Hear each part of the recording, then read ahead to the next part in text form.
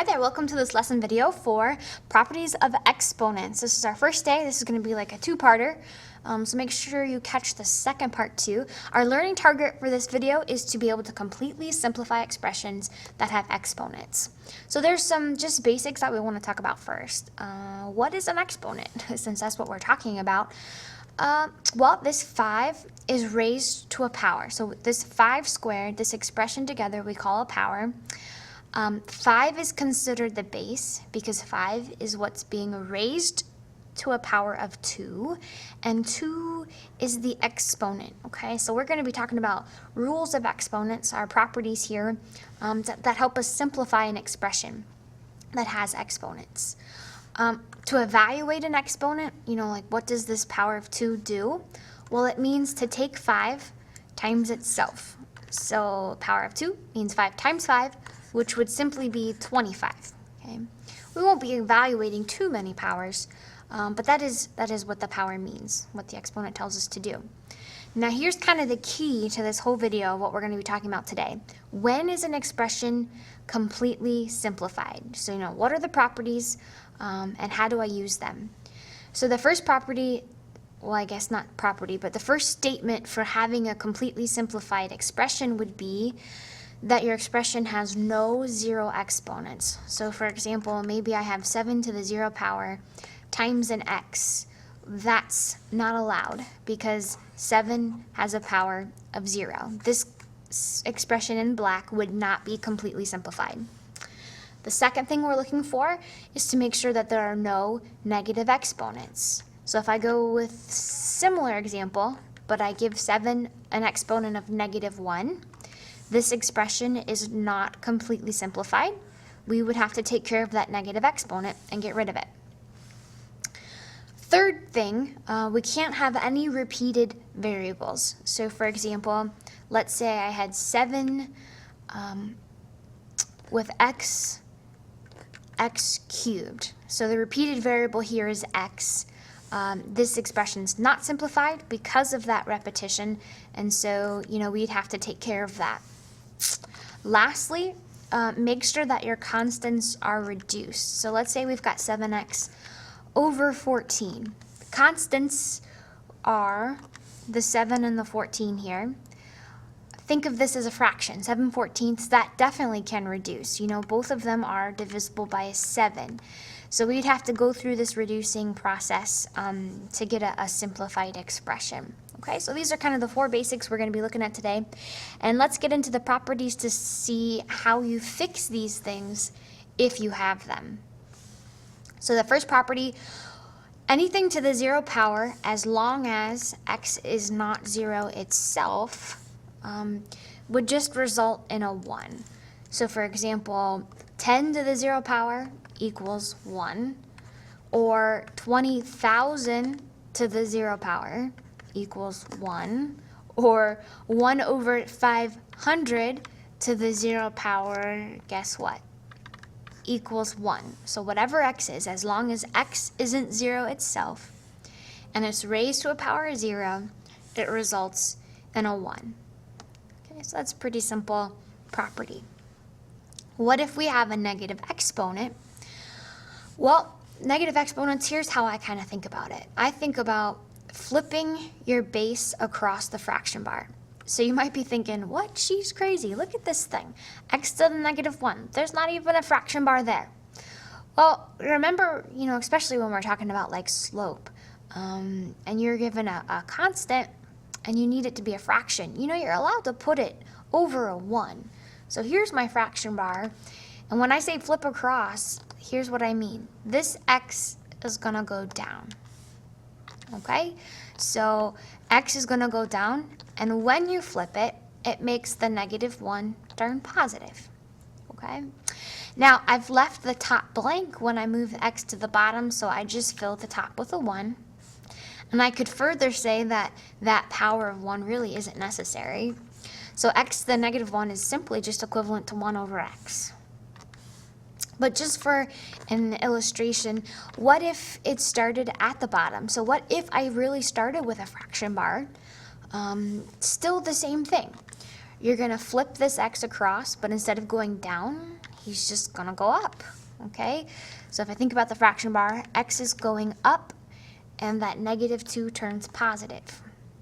But now here's the deal with this one. There's nothing left at the bottom anymore. So yes, I could fill it with a 1, but this 1 isn't necessary, okay? So I could simply just say x squared. So I think we have some examples just to kind of settle in and get used to these properties. Again, 5 to the 0, anything to the 0 power would result in a 1. Now here I get a lot of complications with this when it comes to homeworks and tests and grading. Yes, we've got the fraction bar thing, and we know that we need to flip negatives, but here's the deal. You know, constants and variables, they're different, just kind of like boys versus girls. They're different. You've got to just flip the x. The 3 is not just kind of jumped in and included in the flipping. It's just the x that technically has the exponent. So we leave 3 alone and x comes to the bottom. So people all the time are trying to move the 3 with the x, but that's just not right. 3 is its own person. It's a constant. It's like comparing apples and oranges. 3 is totally different than a letter. It's a number, okay? So I can't touch 3 unless it had its own negative power, which it doesn't. So 3 stays on top. Now this x, we move it down to the bottom, but its power becomes positive, and since it's a power of 1, technically I don't need to write it, so this would be my simplified expression. Okay, here I've got 2 different letters, and I'm going to get rid of this negative exponent on y by moving y up with the x. So x and the y come together on the top. Y becomes squared. You know, technically there's nothing down there but a 1 now.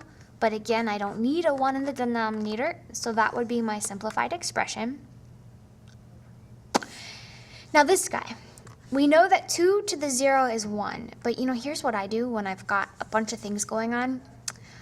Yes, this is just a 1. But we don't really write coefficients of 1 anyway, so I just scribble them out. If something had a power of 0, I just scribble it out and pretend like it's not even there, okay? And then I'm just going to worry about these f's and g's. Both of them have negative exponents, so the f needs to come down, and the g needs to come up. So here's how we're going to make this happen. F goes down, and it turns into a positive 1. G comes up, and it turns to a positive 4. So the only thing I can drop that power of 1, so my completely simplified expression would be g to the 4th over f.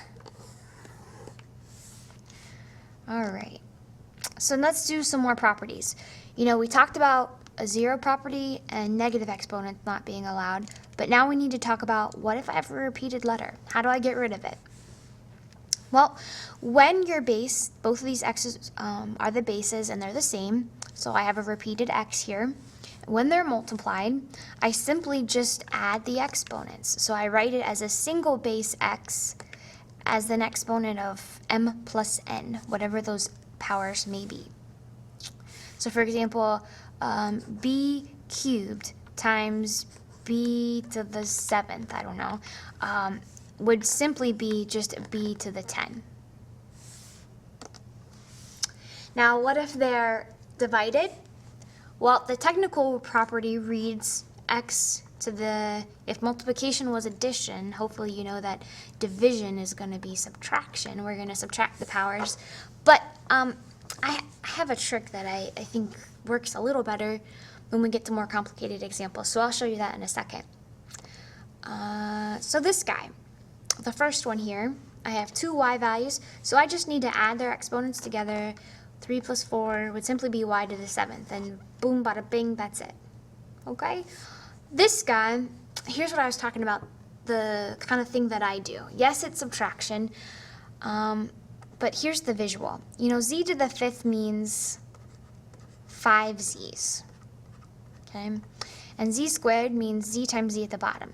Back in elementary school, you learned that if you have something that's the same top and bottom of a fraction, you can reduce them, okay? And so what's left is 3 z's on the top. Now this was a simple enough example. Yes, you could have done 5 minus 2 and get 3, but I'll show you somewhere it gets a little more complicated. Like this one, okay? Let's kind of run through the things we need to do. I'm not allowed to have a 0 exponent, so we talked about, what I do is I just scribble it out. I don't have any negative exponents, that's good. But I do have this repeating variable here, these b's. So let me off to the side show you my trick. There's simply a b on top. B4 means there are 4 b's at the bottom.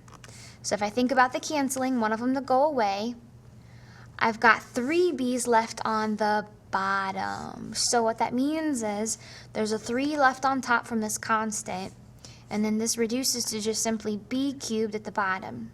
Okay. If you do the subtraction thing, 1 minus 4, you get a negative, and then you have to flip it. If you think of it this way, it just kind of takes care of it all, and I think it's just a little easier. It's a nice visual. Okay, so that would be my completely simplified expression for that example. Here's another one where, let's see, we have a negative, no 0 exponent, but we do have a negative, so that y needs to move down. So everything else will stay put for now, but y is going to have a positive 1. Okay, next thing to worry about, I've got these repeated letters.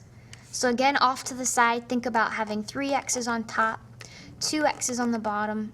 2 of them will cancel, and you've got a single x left on top. So with the 4, I have that single x that's left, and then I have that y, to the first, but I'm going to drop it. That y on the bottom. Since there are no constants to reduce, that guy's dead. Now I think I've got, one last property to show you, kind of leading us into our next video. What if you have a power, so x to the m, raised to another power? What the heck do you do? Because, next video we're going to talk about getting rid of parentheses as part of the simplifying process. What I do is I just simply multiply, okay? Multiply those exponents. So that would just be x to the m times n. Okay, so make sure you know the difference of when you add and when you multiply. A lot of times folks get that confused too. So this example, I distribute that square, meaning multiply, so I would simply have d to the 10th. Now over here, here's another thing people forget about. I have a number and a power inside of here. So both of them get cubed, okay? So we're considering 6 cubed, and we're considering x to the 4th itself cubed, okay? So just kind of break it up just for a visual again. So 6 cubed is 216. Here, we know that we need to multiply, so it's just going to be x to the 4 times 3 would be 12, okay? So that would be completely simplified for that last example. I think that's it as far as my examples. Yep. So keep learning, have fun, check out the second part to the video, and I will see you next time.